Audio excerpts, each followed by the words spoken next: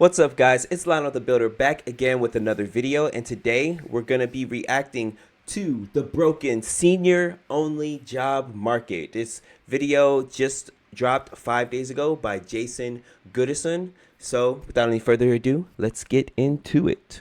I'm going to talk about two things. One is how do I get hired now? And two is maybe I don't care to get hired. And I know that sounds strange, but just hear me out. So there are actually four trends that are coming together that's detrimental for junior devs. One is companies did overhire during COVID, but that explains the 2022 layoffs. 18 months later in 2024, that doesn't explain it. Two, Elon Musk bought Twitter and he showed just how much fat truly is in a tech giant. Say what you will about Elon Musk, but even his biggest haters can't really deny how much he's brought the operating cost of Twitter down. Three, junior devs know how to code, but they don't have deep knowledge. And four, AI knows how to code, but doesn't have deep knowledge.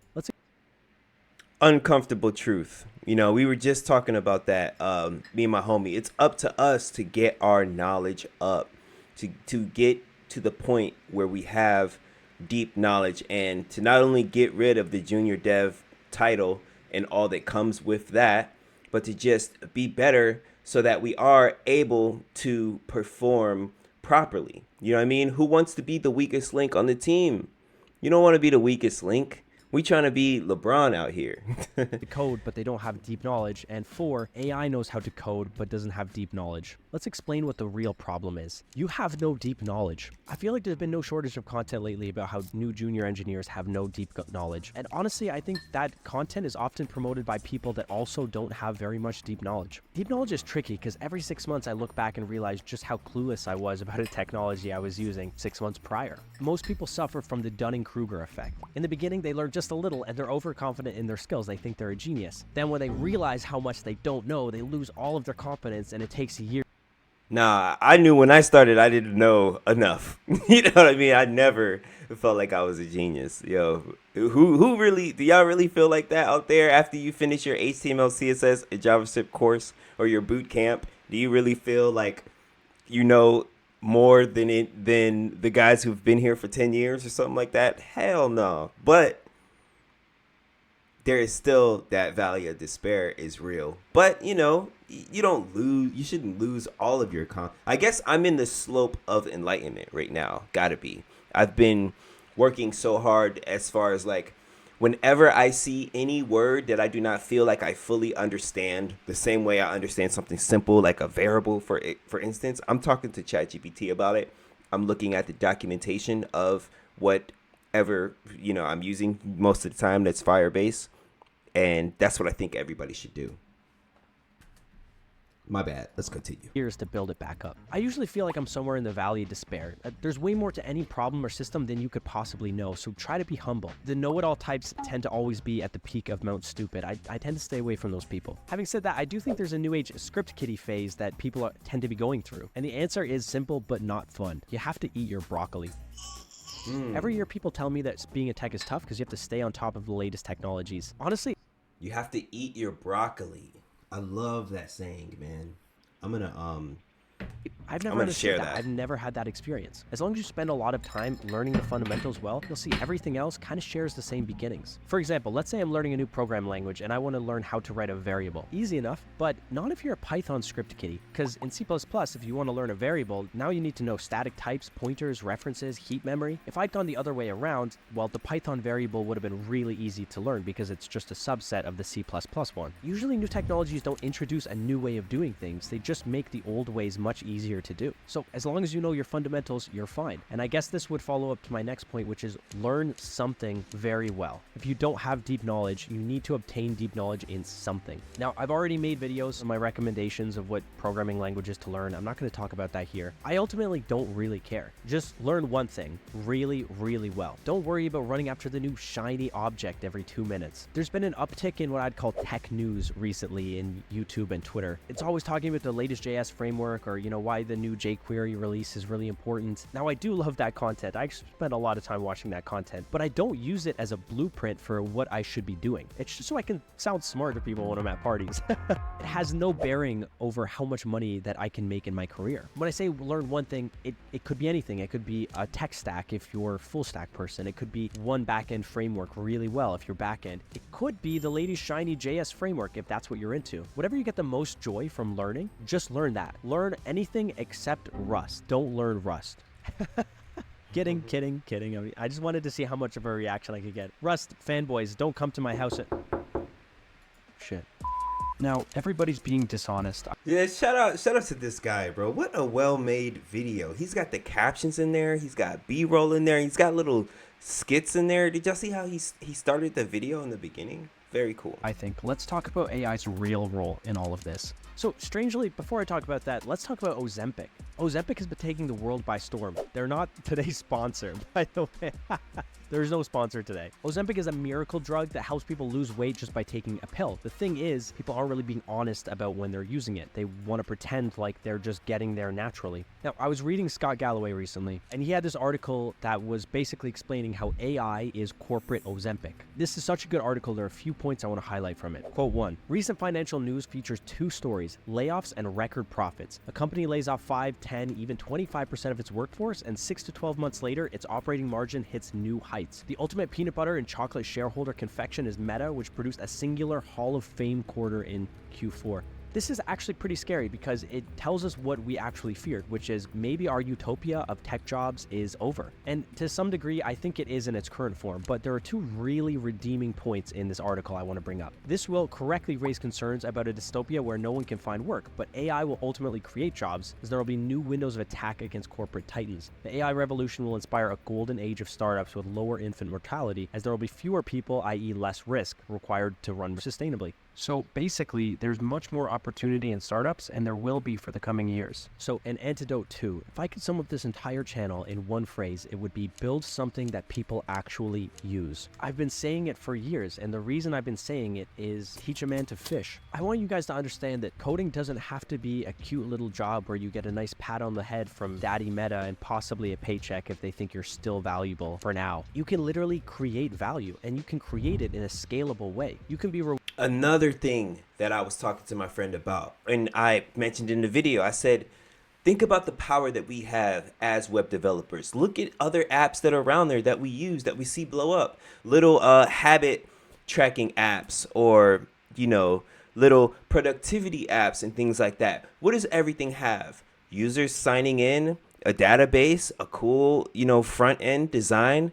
These are things that we can all easily do as developers. Once you learn enough, right, and it doesn't take much, we can tap into ChatGPT's API, throw a little AI on top of that thing. We need to sit there and become more creators and more comfortable with shit. If y'all say that the tech market is messed up and I can't find a job, we're going to create our own jobs. We're going to build our own things. If you have the time, right, and you're unemployed, do some serious brainstorming and searching within and grab an idea from the astral. Grab something and start working on it and building it for your portfolio. Like, how dope is that going to look on your portfolio when it's not just a simple weather app or something like that, but some awesome idea that has a tech stack that shows you actually had to sit there and learn something serious. You had to face some errors and crack through and provide value in that way. And it will only be a matter of time before you either start onboarding users yourself because what you made was dope enough, or you use that to impress somebody who will eventually hire you in the future when the opportunity presents itself. Great advice, my brother. Rewarded 1,000x for your input. Now, I get that this isn't what everybody wants to do in life, but I want you guys to be really conscious about making that decision. Imagine yourself as Aang from Airbender. I keep telling you that you're the avatar, but you just kind of want to keep being a kid and have someone else take care of you. You have way more power in your own life. I'm trying to help you realize that if you haven't already. If you learn to fish, you'll realize you don't actually need a tech job. In fact, this could be the best time for you to start a startup. AI dramatically lowered the bar for creating a AI dramatically lowered the bar for creating a new successful tech startup. If Meta can use it, why can't you use it against them? Specifically with LLMs, there's so much unlocked opportunity that people can do. And here's the thing, everybody is trying to hire a senior dev, but senior devs have just as much LLM experience as you or I do because LLMs are so new. Even if you decide not to make a startup, if you're currently unemployed, how could building a real product that people actually enjoy hurt you? Even if it's just an open source project or a free product, you're gonna learn the skills that make you super valuable as a senior engineer. I think the future is full of billion-dollar companies that were started because their founders were laid off from cushy tech jobs right now. When it comes to startups, I just launched one year ago, and I have to admit, I've learned more in 1 year than I did from 3.5 years of working at Microsoft. I'm gonna give you some advice. You don't have to take it. My goal in this channel is to never be the annoying know-it-all kid, to be that kid on the Polar Express or Professor Umbridge in Harry Potter. So many people in the world say you have to do everything in a very specific way, but you don't really. You just have to find what works for you, and I'm going to share what worked for me. You need to understand the entire process of software engineering end to end if you want to actually get deep knowledge on anything. It's one thing to develop on localhost. It's another thing to figure out how to get that product into the world, get people using it, get feedback, and iterate on it. That's what you hire senior engineers for. You hire senior engineers to design these systems, and then they basically just tell the junior engineers what to code. And because you're stuck down here, you have yet to experience the deep knowledge you can get from owning something end to end. So there's one recurring theme that I've felt in my computer science career, and that is you can either go for the candy or the broccoli. The people that always eat the candy never develop deep knowledge because they're just going for the new shiny thing. They don't understand the fundamentals. And the people that always go for the broccoli never build anything very interesting because they always need to build their own custom solution, and they can't build off of the shoulders of other people. So you need to consume just enough broccoli that you really appreciate the candy and understand how the candy is made. My analogy fell apart, but I think you get what I mean.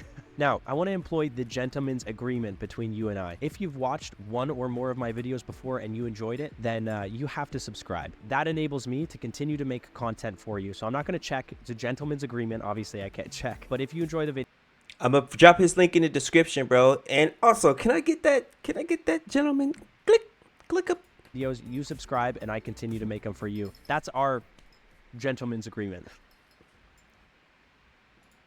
Hey, All right. man. I've been watching. That's what's up, man. What else we got? I got some other ones in here. Welcome back, everyone. In my last video, I discussed My guy here talks about side hustles, and apparently he made, what was that, 13K in 1 month off of that? Let's check it out, man. Let's see what he's talking about. I think Big- software development is a fantastic. Hold on. I think it has to be here, right? I believe this is where we gotta be at. Welcome back, everyone. In my last video, I discussed my salary and expenses in 2024 as a software engineer, and I talked about how I make more money through my side hustles than my full-time software engineer income, and that caused a lot of questions. No, I'm not doing things on the dark web. No, for real, I'm not.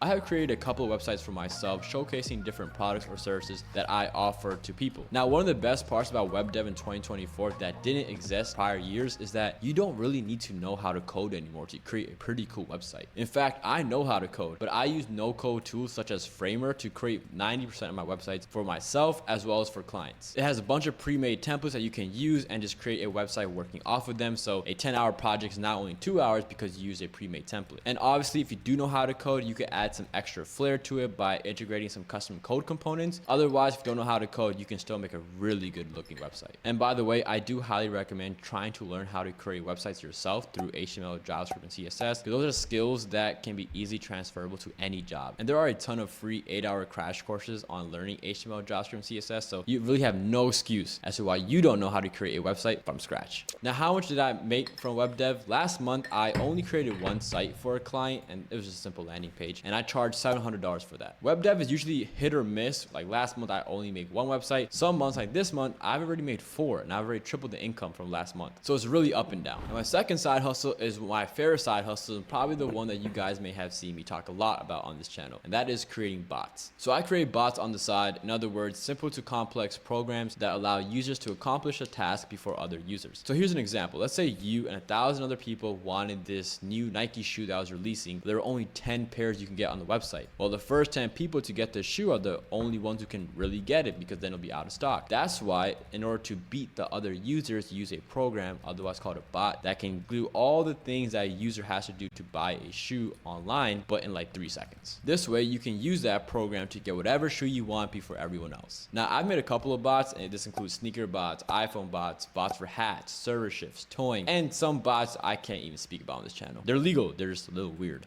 Like one that was baby clothes. Now, the way this works is I usually charge clients either a one-time fee of like anywhere from $400 to $1,200, or I would charge them a monthly retainer, such as $500 a month or $600 a month. So last month I made exactly $7,050 from bots. Now that actually is more than my monthly check that I get after tax from my full-time software engineering job in New York City, which is probably one of the craziest things to me, is that a side hustle is bringing in more income than like a full-time job. This just shows how if you're able to find a side hustle that really fits your strengths, the sky's the limit. Like literally the sky's the limit. Now, web dev and bots are both really freelancing type gigs, and one of the biggest pains when it comes to freelancing and side hustles in general is accepting payments, especially when it's people who use crypto. And that's where I'd like to thank today's sponsor, CryptoMiss. CryptoMiss is a cryptocurrency payment gateway that takes only 0.4 to 2% commissions.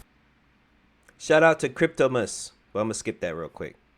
Your own brand. There is a white label option where you can configure personal options. So be sure to register today. I launched a software as a service, aka SaaS, for the first time in my life. And this is basically the equivalent of having your own startup on the side, because it's a lot of work. Now trust me, when you guys hear the amount of money I made last month through it, you might be like, what are you doing? So I launched my own SaaS, again, a software as a service, and most SaaSes accomplish some sort of need, right? They solve some sort of problem. Well, in my time spent as a freelancer, I noticed a lot of entrepreneurs were trying to find clients on Instagram, and to do so, they would send like hundreds of DMs a day. They would DM people saying, hey, do you want a website created? Do you want a chat bot? Do you need any new software for your company? And they spent hours sending these DMs, man. And the ones who were real A+ students, they would hire other people, pay them like, I don't know, $500 a month. And they would all DM a bunch of accounts. And so that was not only causing that person to pay out of pocket a lot, they were spending hours, like 10 hours a day DMing. It was just really, really messy. And I told myself, I am not going to be spending 5 hours sending DMs every single day. That's absurd. So me being lazy, as well as being a software engineer, the perfect combination, I knew there was a way to automate this. There had to be. And there really wasn't a good solution, so I decided to make it myself. I designed a software that was able to mass DM Instagram users, as well as cycle accounts, use proxies so you don't get flagged. And that too with just a click of a single button. So we launched at the real end of last month, and so far I've only made about $225 from this. You know, again, nothing crazy at all. It might be like what, 10 Chipotle bowls, but regardless, this is something that I hope to grow, and hopefully it does grow, and it's really like a startup on the side. And we'll see. Maybe I'll update you guys next month. Hopefully it's not 225, maybe it's 2,250.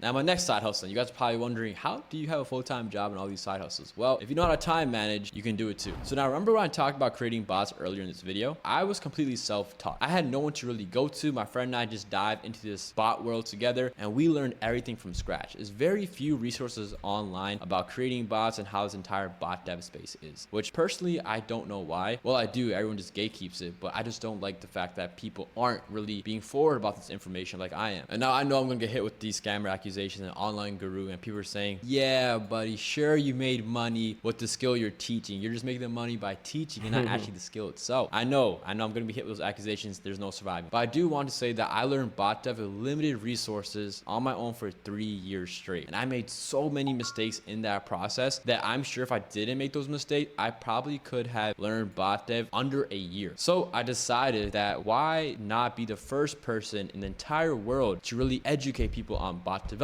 So I decided to create a mentorship program where I take 5 to 7 students and I take them from being a novice bot developer who maybe barely codes in their life, right, or even is a professional coder, doesn't really matter, to a person who can create bots on the fly and is really good at it. So if you do want to just take a quick glance at it, I highly recommend checking out the link in the description below. You can sign up for the waitlist. Again, one-on-one experience, and you are able to work with real clients during the mentorship and get paid for it. But yeah, it's been like about 1.5 months old, and it's been a hit. Last month, I made $5,500 off the mentorship program. My last side hustle is AI services. No, not Devin AI, but he can probably make what I'm about to say too. Just like how there are no-code website builders, there are also no-code AI chatbot builders. I use VoiceFlow to make some pretty neat chatbots that people can put on their website to talk to customers. You simply drag and drop these elements to take user input, answer questions, let them click buttons, use GPT technology, and let user book appointments, and a lot more. The possibilities with these AI chatbots are endless. In fact, I recently developed a WhatsApp chatbot that allows event organizers to contact a catering business through the catering services WhatsApp number, where then a chatbot will respond to the user and the user can order catering for the events by simply talking to the chatbot. There is no human on the other side of that number. Now, I did not make any AI services last month, but I did make some in previous months. And what I do is every like 2 or 3 months, I do charge the user like a subscription fee. So last month I made only $125 off of it, which, you know, hey, why not? Doesn't hurt. And the chatbot that was causing that income was for a therapist clinic. Nothing crazy, but hey, better than nothing. So now here's the total breakdown. From bot revenue, I made $7,050. From mentorship, I made $5,500. From my SaaS, I made $225. From my web dev, I made $700. AI automation, I made $5,000 from mentorship? You guys need a mentor. Reach out. $125, and this brings the total revenue to $13,600 last month. Yeah, this is interesting. Now, looking at this, it's pretty crazy, but I strongly believe that everyone should at least try to start their own business if you are in tech, just because how easy it is to. I agree, man. I agree for most of that stuff. Very interesting. I had no idea that bot dev could be so lucrative, if you will. I haven't never made a bot, but it's definitely something to look into.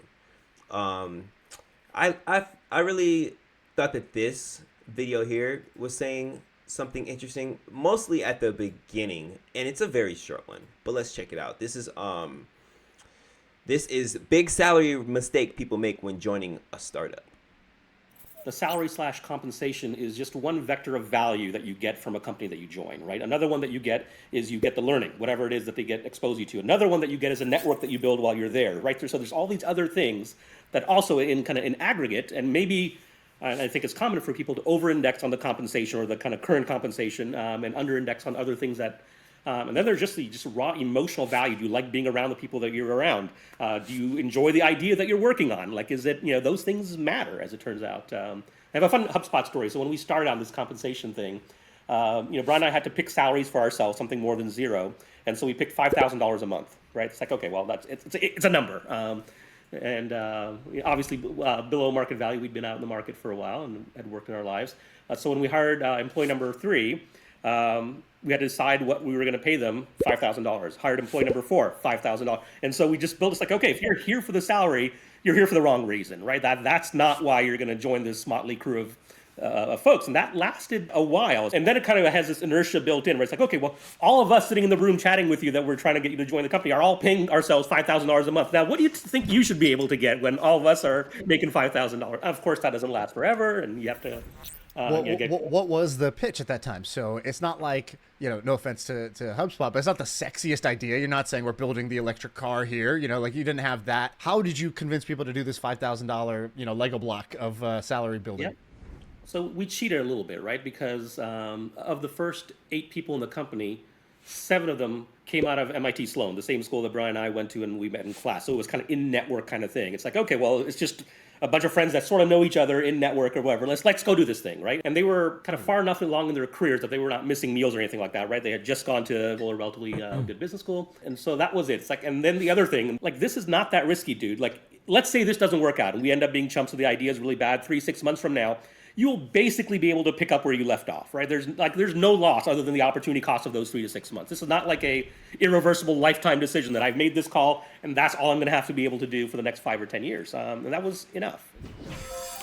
Interesting. I'm not sure exactly what was the big salary mistake. Maybe he was like how he said in the beginning, it's not considering all the other things that you're getting, the network, the people that you meet with how you're working and enjoying their company, learning from them.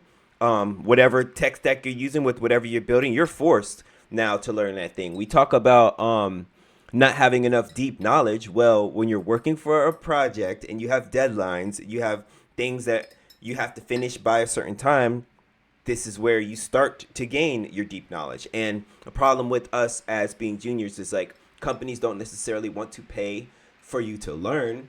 You know, they try to get, I guess there's a, you know, depending on how much they're trying to pay and what they can afford versus the experience level that they want, that's the negotiation, right? Like, how new is this person? How much are we going to pay this guy? How much of the time that we're spending to pay this dude will he spend his hours on teaching himself and learning how to do what we're trying to pay him to do, what we need him to build? So, but yo, as the position that we're in, like, yeah, it's like free schooling or you're getting paid to go to school. But, you know, maybe that's, but what's the big salary mistake? I don't know. But that was a interesting video. What else? Welcome to another exploration of the digital realm. Today, we're delving. Matter of fact, The days of learning HTML. I may save these other ones for the next video. I got 4 other ones that I'm gonna watch. I may make this a little like series or something like that. You know what I'm saying? But I just woke up, just got my coffee. I was checking my emails there for a second, but gonna be going live tonight, most likely. I'm Lionel the Builder. Join the links in the description. Tap in. Join the builders. Join our Discord. Join our school. Give me a like, share, subscribe, and I'll see y'all next time. Peace.